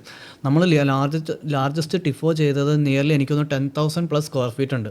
ഒരാൾ സ്വാഭാവികമായിട്ടും കൂട്ടി നോക്കിയാൽ മതി, ഒരു 10,000 പ്ലസ് ഇതിന് 18 രൂപ വെച്ചാൽ. ലാർജസ്റ്റ് ടിഫോ പോട്ടെ, നമ്മൾ ചെയ്യുന്ന ഏറ്റവും ചെറിയ ടെലികാസ്റ്റ് എടുത്ത് കാണുന്നതിൽ ഒരു മിനിമം ഒരു സൈസ് ടിഫോ വേണ്ട, നമ്മുടെ ബാനേഴ്സ്, നമ്മുടെ സ്റ്റേഡിയത്തിൽ മിനിമം 10 ബാനേഴ്സ് എല്ലാ സീസണിലും നമ്മൾ തൂക്കുന്നുണ്ട്, ഇൻക്ലൂഡിങ് മഞ്ഞപ്പട എന്ന് പറഞ്ഞിട്ട് ഒരു 10 ബാനേഴ്സിന് മാത്രം എത്ര എക്സ്പെൻഡിച്ചർ. ഇപ്പോൾ ഞാൻ പറഞ്ഞ ഈ സ്ക്വയർ ഫീറ്റ് കണക്കിൽ നോക്കിയാൽ മതി. അപ്പോൾ ഇതെല്ലാം മിനിമം ഒരു ഓപ്പണിംഗ് മാച്ച് എടുക്കാം. നമുക്കൊരു ഓപ്പണിംഗ് മാച്ചിന് മിനിമം 1.5 ലക്ഷം രൂപയാണ് നമ്മുടെ കയ്യിൽ നിന്ന് ചിലവ് വരുന്നത്. 75,000 to 80,000 റേറ്റ് വരുന്നുണ്ട് ഈ 10 ബാനേഴ്സ്. അതുപോലെ എല്ലാ സീസണിലും നമ്മുടെ ഫ്ലാഗ്സ് നമുക്ക് ചേഞ്ച് ചെയ്യുന്നുണ്ട് നമ്മൾ. കാരണം ഈ ഓരോ സീസണിലും നമുക്കത് കീറി പോവാം, വെയിൽ കൊണ്ടിതാവാം, ഫ്ലാഗ്സ് ചേഞ്ച് ചെയ്യുന്നുണ്ട്. നമ്മൾ അവിടെ ചെയ്യുന്ന ആക്ടിവിറ്റീസിന് നമ്മൾ ഉപയോഗിക്കുന്ന സ്പീക്കേഴ്സ്, മെഗാഫോൺസ്, ഡ്രംസ്, ഇതൊക്കെ നമുക്ക് കോസ്റ്റ് വരുന്നതാണ്. ഇതൊക്കെ റിപ്പയർ ചെയ്യണം അല്ലെങ്കിൽ മെയിൻറ്റെയിൻ ചെയ്യണം. ഇതിനൊക്കെ നമുക്ക് റിപ്പയർ വരുന്നതാണ്. അപ്പോൾ ഈ കാര്യങ്ങൾക്കൊക്കെ വരുന്ന നമ്മുടെ ഇൻകം എന്ന് പറയുന്നത് ഈ ടിക്കറ്റ് സെയിലും ഈ പറഞ്ഞ ഇതിൽ നിന്നുമാണ്. അല്ലാണ്ട് നമുക്കാരും ഫണ്ട് അന്ന് ചെയ്യിപ്പിക്കാൻ നമുക്ക് ഇതിനൊന്നും വേണ്ടിയിട്ട് ക്ലബ്ബിൽ നിന്ന് ഒരു രൂപ പോലും നമുക്ക് കിട്ടുന്നില്ല. ക്ലബ്ബിൽ നിന്ന് നമുക്ക് എന്തൊക്കെ ഫെസിലിറ്റീസ് കിട്ടുന്നുണ്ടെന്ന് വെച്ച് കഴിഞ്ഞാൽ ഞാൻ പറയും, ഒരു അക്രഡേഷൻ കാർഡിൻ്റെ ഇതും അത് ഒരു ഏർലി ആക്സസും. അതിൽ ഏറ്റവും കൂടുതൽ കോമഡി എന്ന് പറഞ്ഞാൽ അക്രഡേഷൻ കാർഡ് മേടിക്കുന്ന ഒരു ഫ്രീ ടിക്കറ്റാന്ന് പറഞ്ഞ് നടക്കുന്ന ടീംസ് ഉണ്ട് ഇവിടെ. പക്ഷേ സീസൺ ടിക്കറ്റ് ഹോൾഡേഴ്സും അല്ലെങ്കിൽ മാച്ച് ടിക്കറ്റ്സും എടുത്തിട്ടാണ് നമ്മൾ ഈ അക്രഡേഷൻ കാർഡ് ഇട്ട് വരുന്നത്. ഈ അക്രഡേഷൻ കാർഡ് ഇട്ട് വരുന്നതിൻ്റെ മെയിൻ ഉദ്ദേശം എന്താണെന്ന് ഇവർ ചിന്തിക്കുന്നില്ല. ഇത്രയും വരുന്ന ഈസ്റ്റ് ഗാലറിയിൽ മിനിമം 3500 മിനിമം ഇതുണ്ട്. ഇത്രയും ഫാൻ ഗ്രൂപ്പിനെ ഞാനൊരു കാർഡും ഇല്ലാണ്ട് ഒരു ഇതും ഇല്ലാണ്ട് വെറുതെ എന്നിട്ട് ബ്രോ അതാ ഇത് ചെയ്യുന്നു പറഞ്ഞ് കോർഡിനേറ്റ് ചെയ്യാൻ തന്നതിന് നീ ആരാടാന്ന് ചോദിക്കും ഒബ്വിയസ്ലി ചോദിക്കും. കാരണം അവരെ സംബന്ധിച്ചിടത്തോളം നമ്മൾ അവിടെ ആരുമല്ല. അല്ല അതൊക്കെ ശരിക്കും പറഞ്ഞാൽ ഒരു നല്ലൊരു മാച്ച് ഡേയിൽ വന്ന് മഞ്ഞപ്പട ആ സ്റ്റാൻഡിൽ എന്താ ചെയ്യുന്നതെന്ന് എക്സ്പീരിയൻസ് തീർച്ചയായിട്ടും അത് അറിയാതെ ഒരാൾ പുറത്തുനിന്ന് പറയുമ്പോൾ ഇതുപോലെ പല ബ്ലണ്ടേഴ്സും പറയും. തീർച്ചയായിട്ടും. ഇപ്പം നമുക്ക് മുകളിൽ നിന്ന് ഒരു ടിഫോ ഇടണം. ഒരു ടിഫോ ഇടുമ്പോൾ ഒബ്വിയസ്ലി നമ്മൾ ടിഫോ ഇടുന്നതെന്ന് പറഞ്ഞാൽ പ്ലേയേഴ്സ് ലൈനപ്പ് വരുമ്പോൾ മുതൽ നാഷണൽ ആന്തം കഴിയുന്ന വരെ ടിഫോ ഇടുക. നമ്മളിത് ഒരു ഇതും ഇല്ലാണ്ട് പോയിട്ട് ആൾക്കാരോട് അത് പിടിച്ചു നിൽക്കാൻ പറഞ്ഞു കഴിഞ്ഞാൽ നീ പോടാ പുല്ലേ നമ്മൾ അത് പിടിച്ചു നിൽക്കില്ലെന്ന് പറയും. കാര്യത്തിൽ നമുക്കൊരു റെസ്പോൺസിബിലിറ്റി ഉണ്ട് ആളുകളുടെ ഇടയിൽ. അപ്പൊ നമ്മളത് ശ്രദ്ധിക്കാൻ വേണ്ടിയിട്ടാണ് അങ്ങനെ ഒരു അതുപോലെ തന്നെ ഈ നമ്മൾ ആക്ടിവിറ്റീസ് കോർഡിനേറ്റ് ചെയ്യുക. അതുപോലെ തന്നെ അതോടൊപ്പം തന്നെ ഈ അക്രഡിറ്റേഷൻ കാർഡ് ഉള്ളതിൻ്റെ ഒരു ഗുണമാണ് അവിടുത്തെ എന്തെങ്കിലും ഇഷ്യൂസ് ഉണ്ടെങ്കിൽ അതിൽ ഇടപെടുക. ഇപ്പം നമുക്ക് നമ്മുടെ മെയിൻ സീസൺസിൽ ഒരുപാട് ഗസ്റ്റുകൾ നമ്മുടെ സ്റ്റാൻഡിൽ വന്നിട്ടുണ്ട്. ബെൻ ബ്ലാക്ക്, കാർത്തിക് സൂര്യ മുതൽ ഒരുപാട് ക്ലബ്ബ് പറഞ്ഞു വിടുന്ന ഒരുപാട് ഇൻഫ്ലുവൻസേഴ്സ് വരുന്നുണ്ട്. ക്ലബിൻ്റെ തന്നെ ബൗൺസേഴ്സിന് തന്നെ അവരെ ഹാൻഡിൽ ചെയ്യാൻ പറ്റാത്തപ്പോൾ നമ്മൾ ഈ അക്രഡിറ്റേഷൻ കാർഡ് ഉള്ളവരാണ് ഈ ക്രൗഡ് നിയന്ത്രിക്കുന്നത്, ഇതെല്ലാം ചെയ്യുന്നത്. അപ്പോൾ ഈ പറഞ്ഞ പോലെ സ്റ്റാൻഡിലെ ആക്ടിവിറ്റീസും ആ ഗാലറിയിലെ ആക്ടിവിറ്റീസും കോർഡിനേറ്റ് ചെയ്യാൻ വേണ്ടി മാത്രമാണ് നമ്മൾ ഇത് ചെയ്യുന്നത്. അതോടൊപ്പം വേറെ ഗുണം എന്താണെന്ന് വെച്ച് കഴിഞ്ഞാൽ ഈ അക്രഡിറ്റേഷൻ കാർഡ് ഉള്ളതെന്ന് വെച്ചാൽ നമ്മൾ ത്രൂ ഹാൻഡിക്യാപ്ഡ് ആയ ആൾക്കാർ ടിക്കറ്റ്സും കാർ പാസും കൊടുക്കുന്നത്. ചിലപ്പോൾ നമ്മൾ എയർലി ആക്സസ് കാരണം നമ്മൾ സ്റ്റേഡിയത്തിൽ നിൽക്കുമ്പോഴായിരിക്കും ഇവർ വരുന്നത്. നമുക്ക് തിരിച്ച് ഇറങ്ങിപ്പോയി ഇവർക്ക് ടിക്കറ്റും കാർ പാസും ഹാൻഡ് ഓവർ ചെയ്ത് ഇവരെ കയറ്റി വിട്ടിട്ട് വേണം നമുക്ക് തിരിച്ചു വരാൻ. ഒരു കാര്യം കൂടി എന്താ വെച്ചാൽ ഈ 4000 ആള് മഞ്ഞപ്പട സ്റ്റാൻഡിൽ ഉണ്ടെങ്കിൽ അതിൽ 5, 6, 7, 8 ആൾക്കാണ് ഈ വളരെ ചുരുക്കം പേർക്കേ ഉള്ളൂ. ഈ ചുരുക്കം പേര് അതില് ഭൂരിഭാഗം ആൾക്കും സീസൺ ടിക്കറ്റ് ഉണ്ട്. അല്ലാത്തവർ ടിക്കറ്റ് കൊടുക്കുന്നുണ്ട്, വ്യക്തമായിട്ട് ടിക്കറ്റ് കൊടുക്കുന്നുണ്ട്. അപ്പോൾ ഇത്രയും കാര്യങ്ങൾ ചെയ്തിട്ടാണ് നമ്മൾ വരുന്നത്. അതോടൊപ്പം ഇപ്പോൾ റവന്യൂവിൻ്റെ കാര്യം പറഞ്ഞല്ലോ. റവന്യൂവിൻ്റെ കാര്യം പറഞ്ഞപ്പോൾ എനിക്ക് ആഡ് ഓൺ ചെയ്യാനുള്ളൊരു കാര്യമാണ്. മഞ്ഞപ്പട എന്ന് പറയുന്ന ഒരു ഓർഗനൈസേഷൻ രജിസ്റ്റേർഡ് ഓർഗനൈസേഷനാണ്. അത് രജിസ്റ്റേർഡ് ആയിട്ട് നമ്മൾ ചെയ്യുന്ന GST രജിസ്റ്റേർഡ് ചെയ്തിട്ട് പ്രോപ്പറായിട്ട് GST ഫയൽ ചെയ്ത് TDSും ഇതെല്ലാം അടച്ച് പ്രോപ്പറായിട്ട് പോകുന്ന ഒരു ഓഡിറ്റഡ് ഓർഗനൈസേഷനാണ്. അതായത് എല്ലാ ഇയർലിയും നമ്മൾ ഓഡിറ്റ് ചെയ്യപ്പെടുന്നുണ്ട്.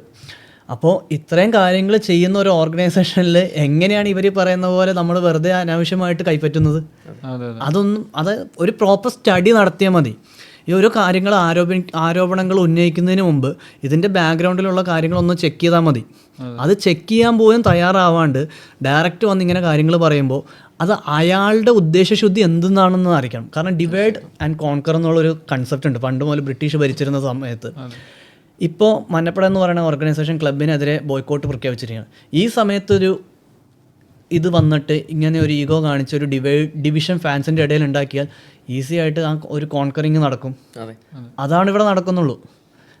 അതാണ് സംഭവം. കൂടെ ആഡ് ഓൺ ചെയ്യാനുള്ള ഒരു കാര്യം, നമ്മൾ ബോയ്ക്കോട്ട് എന്ന് പറഞ്ഞപ്പോഴും ഇൻഡിവിജ്വലി ഒരാൾക്ക് പോയി കളി കാണാൻ താല്പര്യം ഉണ്ടെങ്കിൽ പോയി കാണാന്നുള്ള കാര്യം അതിൽ പറഞ്ഞു. നമ്മുടെ ബോയ്ക്കോട്ടിൻ്റെ അതിൽ തന്നെ നമ്മൾ പറയേണ്ടത് ഓരോ ഇൻഡിവിജ്വലിൻ്റെയും ഇത് നമ്മൾ തടസ്സപ്പെടുത്തുന്നില്ല. ഇത് ഇന്ത്യ മഹാരാജ്യമാണ്. ഇവിടെ ഓരോ ഇൻഡിവിജ്വലിനും അവരുടെ ഇഷ്ടങ്ങളുണ്ട്. ആസ് ആൻ ഓർഗനൈസേഷൻ മഞ്ഞപ്പട എന്ന് പറയുന്ന ഓർഗനൈസേഷൻ അവിടെ പോകില്ല എന്നുള്ളൂ. അതിനെ റെസ്പെക്ട് ചെയ്തിട്ട് ആ ഒരു ഡിസിഷനെ റെസ്പെക്ട് ചെയ്ത് ഈ ഒരു നല്ലൊരു ഫ്യൂച്ചർ മുന്നിൽ കണ്ട് പോവാത്തവരുമുണ്ട്.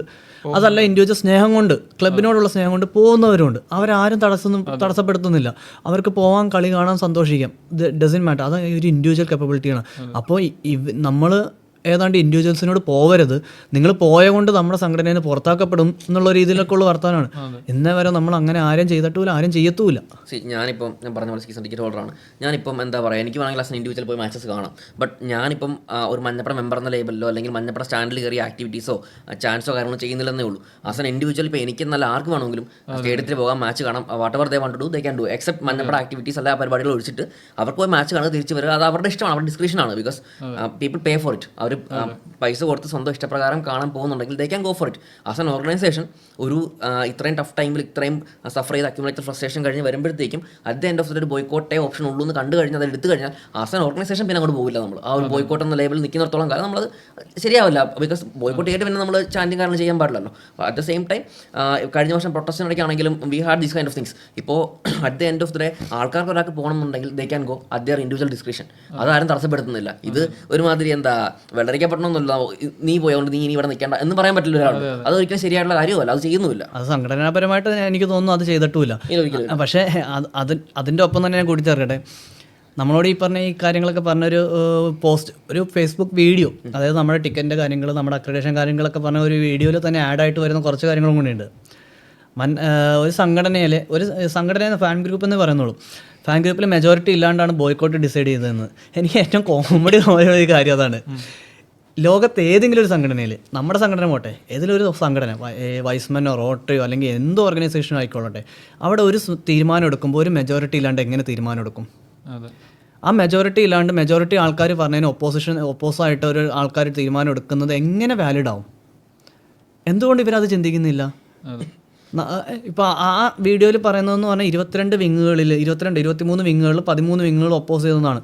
ആക്ച്വലി എക്സാക്ട്ലി നമ്മുടെ സംഘടനയുടെ ഉള്ളിൽ എന്താണ് നടന്നത്? നമ്മുടെ സംഘടനയുടെ ഉള്ളിൽ നടന്നത് 23 വിങ്ങുകളിൽ നിന്ന് അഭിപ്രായങ്ങളെടുത്തു.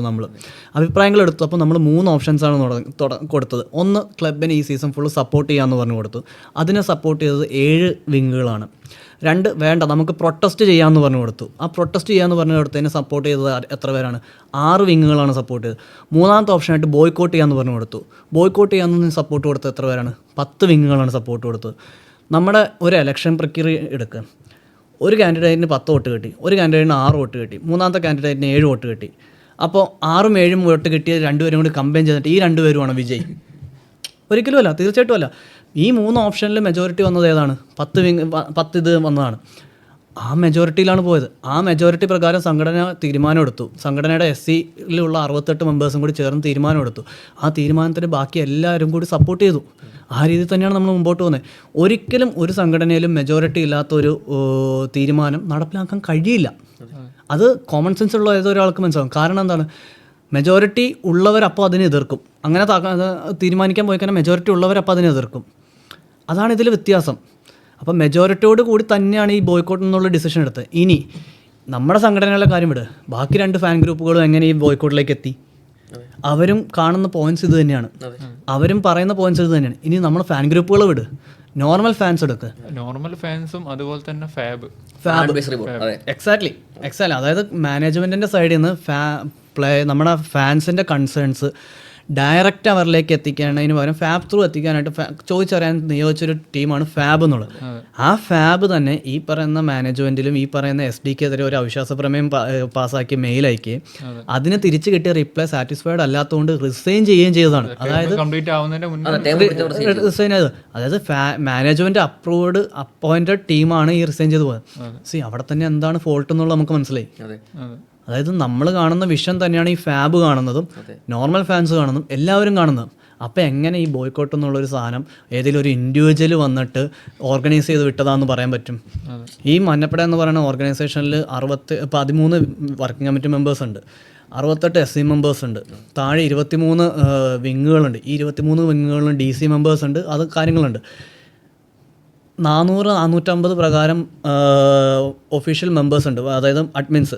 ഇത്രയും മെമ്പേഴ്സുള്ള ഒരു മഞ്ഞപ്പട എന്ന് പറയുന്ന ഓർഗനൈസേഷന് ഏതെങ്കിലും ഒരു ഇൻഡിവിജ്വൽ, ഒരു ബാഹിക ശക്തി വന്നിട്ട് എങ്ങനെ പിരികൊളുത്തി വിട്ടിട്ട് ബോയ്ക്കോട്ട് ജയിക്കാൻ പറ്റുമെന്ന് എനിക്കറിയത്തില്ല. കോമഡി അതൊക്കെ തീർച്ചയായിട്ടും കോമഡിയാണെന്ന് പറയത്തുള്ളൂ.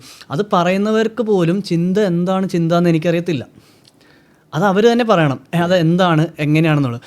ബാക്ക്ഗ്രൗണ്ട് ചെക്ക് ഇല്ലാണ്ട് ഇതുപോലെ വായിത്തോണിത് വിളിച്ച് പറഞ്ഞു കഴിഞ്ഞാൽ ഒരു എന്താ പറയുക, ലൈം ലൈറ്റിലേക്ക് വരിക, അല്ലെങ്കിൽ ഇപ്പോൾ ഒന്ന് എന്നെ 4 ആളൊന്നും കൂടി ഒന്ന് ഓർക്കണം എന്നുള്ള രീതിയിൽ ഞാൻ പറയത്തുള്ളൂ. കാരണം നാഷണൽ ടീമിൻ്റെ മാച്ചിന് പോലും നാഷണൽ ടീമിനോട് പോലും ഒരു സ്നേഹം കാണിക്കാത്ത ഒരു വ്യക്തിയാണ് ഇപ്പോൾ വന്നിട്ട് ഇത് പറയുന്നതെങ്കിൽ എന്താണ് ഉദ്ദേശം എന്നുള്ളത് പുള്ളി തന്നെ ക്ലിയർ ആക്കണം. ശരി, ഇതിലൊന്നും ഒരു ഇൻവോൾവ്മെന്റും ഇല്ലാത്ത ഒരാൾ പെട്ടെന്ന് വന്ന് പറയുമ്പോൾ അതല്ല, ഇതിൽ ശരിക്കും ഈ ആളുകളുടെ POV വ്യത്യാസമുണ്ട്. ഇപ്പം അങ്ങനെ ഒരാൾ വന്ന് പറയുന്നത് ഒരു നോർമൽ ഫാൻ പറയുന്നത് തമ്മിൽ വ്യത്യാസമുണ്ട്. ഒരു നോർമൽ ഫാൻ എന്ന് പറയുന്നത് ഈ 10-12 വർഷമായിട്ട് ബ്ലാസ്റ്റേഴ്സിന്റെ കളി കാണാൻ ദൂരെ നിന്ന് ട്രാവൽ ചെയ്ത് വരുന്നു, ജനറൽ കമ്പാർട്ട്മെന്റിൽ വരുന്നു, അത്രയും പൈസ കൊടുത്ത് ടിക്കറ്റ് എടുക്കുന്നു. അങ്ങനെ ഒരാൾ ഇത്രയും വർഷങ്ങൾ കൊണ്ട് എക്സ്പീരിയൻസ് ചെയ്ത കാര്യവും പുറത്ത് നിന്ന് ഒരാൾ BMW കാറിൽ വന്ന് VIP ടിക്കറ്റ് എടുത്ത് ആ ഒരു കളി കണ്ട് ആഹാന്ന് പറഞ്ഞ് പോകുന്ന ഒരാളും തമ്മിൽ കുറേ വ്യത്യാസം. അതിൽ ഒരു കാര്യം കൊണ്ട് ഞാൻ സൂചിപ്പിക്കട്ടെ. എനിക്കൊന്ന് ഇത്രയും വർഷമായിട്ട് നമ്മൾ മാനേജ്മെൻറ്റിനോട് അല്ലെങ്കിൽ നമ്മൾ ചെയ്യുന്നുണ്ട്. ഇത് നമുക്ക് പ്രിൻറ്റഡ് ടിക്കറ്റ്സ് കിട്ടുന്നത് ഫാൻ ക്ലബ്ബുകൾക്കായിരുന്നു, പിന്നെ ബോക്സ് ഓഫീസിൽ നിന്നാണ്. അപ്പോൾ ഈസ്റ്റ് ഗാർഡിൽ ടിക്കറ്റ് എടുത്ത് സ്റ്റോറി എടുത്ത ഒരു വ്യക്തി 2 ദിവസം മുമ്പേ ഒരു 10 ടിക്കറ്റും പിടിച്ച് ഗാലറിയുടെ ഉള്ളിൽ നിൽക്കുന്ന ഒരു ഫോട്ടോ ഇട്ടു. ഈ പ്രിന്റഡ് ടിക്കറ്റ്സ് ഒക്കെ ബോക്സ് ഓഫീസ് ഇല്ലാണ്ട് സ്റ്റേഡിയത്തിൻ്റെ ഉള്ളിൽ കയറി വിഷ്ണുവിന് പോയി കഴിഞ്ഞാൽ വിഷ്ണുവിന് സ്റ്റേഡിയത്തിൻ്റെ ഉള്ളിൽ കയറി 2 ദിവസം മുമ്പേ പോയിട്ട് സ്റ്റേഡിയത്തിൻ്റെ ഉള്ളിൽ കയറി ഒരു 10 ടിക്കറ്റ് മേടിച്ച് ഫോട്ടോ എടുക്കാൻ പറ്റുമോ? ഇല്ലല്ല. അതൊക്കെ എവിടെ നിന്ന് വരുന്നു? അപ്പോൾ ആ ഒരു എയർലി ആക്സസും കാര്യങ്ങളൊക്കെ കിട്ടുന്ന വ്യക്തിയുടെ ഉദ്ദേശശുദ്ധി എന്ത് തന്നെയായിരിക്കും നമ്മൾ ചിന്തിച്ചാൽ മതി.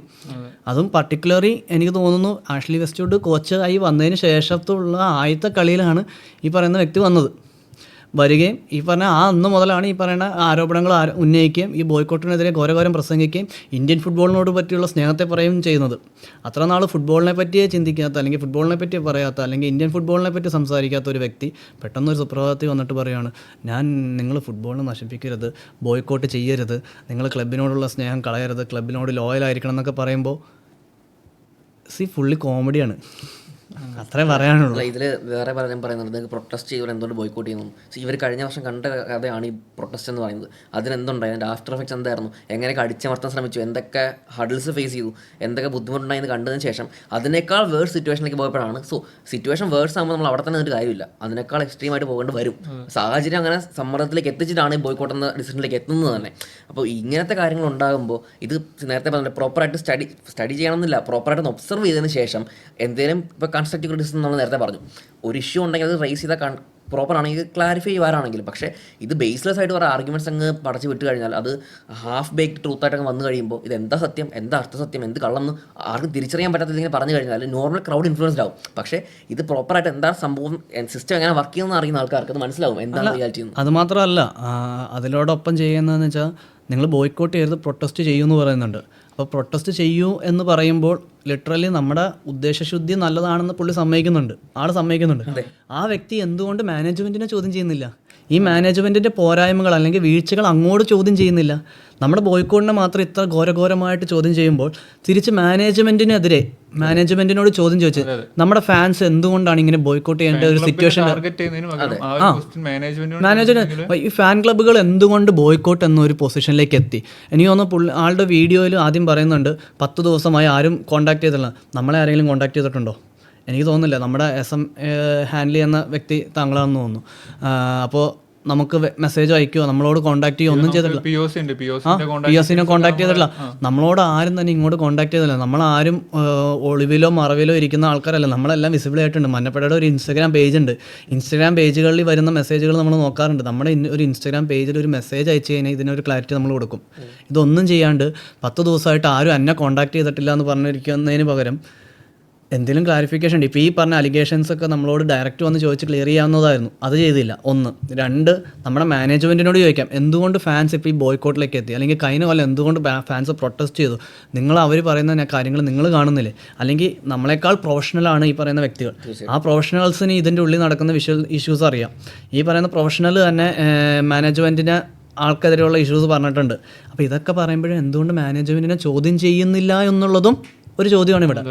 ഫാൻ ക്ലബിനെ ടാർഗറ്റ് ചെയ്ത് ഫാൻ ക്ലബ്സിനെ മാത്രം ടാർഗറ്റ് ചെയ്യുമ്പോൾ, പർട്ടിക്കുലർ ഏതെങ്കിലും ഒരു ഫാൻ ക്ലബിനെ തന്നെ ടാർഗറ്റ് ചെയ്യുമ്പോൾ എന്താണ് ഉദ്ദേശശുദ്ധി എന്നും കൂടി ക്ലിയർ ആക്കണം. എവിടെയാണ് പുള്ളിയുടെ മനസ്സ് നിൽക്കുന്നതെന്ന് ചിന്തിക്കണം. അതാണ് ഇതിലൊരു ടാർഗറ്റ് ചെയ്യുന്നു. ഈസ്റ്റ് ഗാലറി പോയിട്ട് എന്തൊക്കെയോ കാണിച്ചു കൂട്ടുന്നു. ഇത് എന്താ ഉദ്ദേശിക്കുന്നത് എന്നുള്ളത്. പിന്നെ ഈ ഈസ്റ്റ് ഗാലറി പോയിട്ട് കുറച്ച് ചാൻറ്റ് ചെയ്യുന്നത് മാത്രമല്ല മഞ്ഞപ്പട ചെയ്യുന്നത്, അതിൻ്റെ പിന്നിൽ ഒരുപാട് കാര്യങ്ങളുണ്ട്. ഈവൻ മാച്ച് ഡേൻ്റെ 2 ദിവസം മുന്നേ നമ്മളെ പ്രിപ്പറേഷനും കാര്യങ്ങളൊക്കെ തുടങ്ങുകയാണ്. ഇപ്പം സീസൺ അല്ലാത്ത സമയത്ത് നമ്മൾ ചെയ്യുന്ന ഒരുപാട് ആക്ടിവിറ്റീസ് ഉണ്ട്. ബ്ലഡ് ഡൊണേഷൻ ക്യാമ്പ്, അങ്ങനെ ഒരുപാട് ആക്ടിവിറ്റി ചെയ്താണ് നമ്മൾ ഒരു ഓർഗനൈസേഷൻ. നമ്മൾ മഞ്ഞപ്പട എന്ന് പറയുമ്പോൾ പൊതുവെ എല്ലാവർക്കും ഒരു വിചാരമുണ്ട്, ഈ നമ്മൾ സ്റ്റാൻഡിൽ നടത്തുന്ന കുറച്ച് ആക്ടിവിറ്റീസ്, ചാൻറ്റ് ചെയ്യുന്നു, ബാൻഡ് ചെയ്യുന്നു, ഡ്രംസ് ചെയ്യുന്നു, അവിടെ ടിഫോസ് ഇടുന്നു, ഇത് മാത്രമാണ് മഞ്ഞപ്പട എന്നൊരു ചിന്ത കൺസെപ്റ്റ് ഉണ്ട്. അതിൽ പറയാനുള്ളത് എന്താ വെച്ചാൽ അങ്ങനെ ഒരു സിറ്റുവേഷനിലേക്ക് എത്താൻ നമ്മൾ 5-6 കൊല്ലം കഷ്ടപ്പെട്ടു. അതിനെ കൊണ്ട് ചാൻറ്റ് ചെയ്യിപ്പിക്കുക, എന്താണ് ചാൻറ്റ് കൾച്ചർ, എങ്ങനെയാണ് ഒരു യൂറോപ്യൻ ഫുട്ബോൾ കൾച്ചർ ഇവിടെ ഡെവലപ്പ് ചെയ്യാനാണ്. അത് പണ്ട് നമ്മളോട് പലരും പറയുന്നു ബാൻഡ് ചെയ്യുമ്പോൾ, ആദ്യമൊക്കെ ബാൻഡ് ചെയ്യുമ്പോൾ ആൾക്കാർ പറഞ്ഞു നിങ്ങൾ ബാൻഡ് ചെയ്യില്ല, ഇങ്ങനെയൊന്നും പറയില്ല. ഈവൻ നമ്മുടെ പ്ലേയേഴ്സ് തന്നെ നമ്മളെ അപ്രീഷിയേറ്റ് ചെയ്തിട്ടുണ്ട് ഈ ഒരു സിറ്റുവേഷൻ. നമ്മളെ ഏറ്റവും വലിയ കൂടുതൽ കണ്ടതാണ് ഇവാൻഡറൈസേഷൻ ഹെല്ല് എന്ന് പറഞ്ഞാൽ നമ്മളിത്. അപ്പോൾ അത് നിൽക്കട്ടെ. അപ്പോൾ ഇതൊക്കെയാണ് മഞ്ഞപ്പെടാന്ന് മാത്രം ചിന്തിക്കുന്നവരുണ്ട്. എന്നാൽ ഓഫ് സീസൺ അല്ലെങ്കിൽ ഔട്ട്സൈഡ് സ്റ്റേഡിയം നമ്മൾ എന്താണെന്ന് പലർക്കും അറിയത്തില്ല.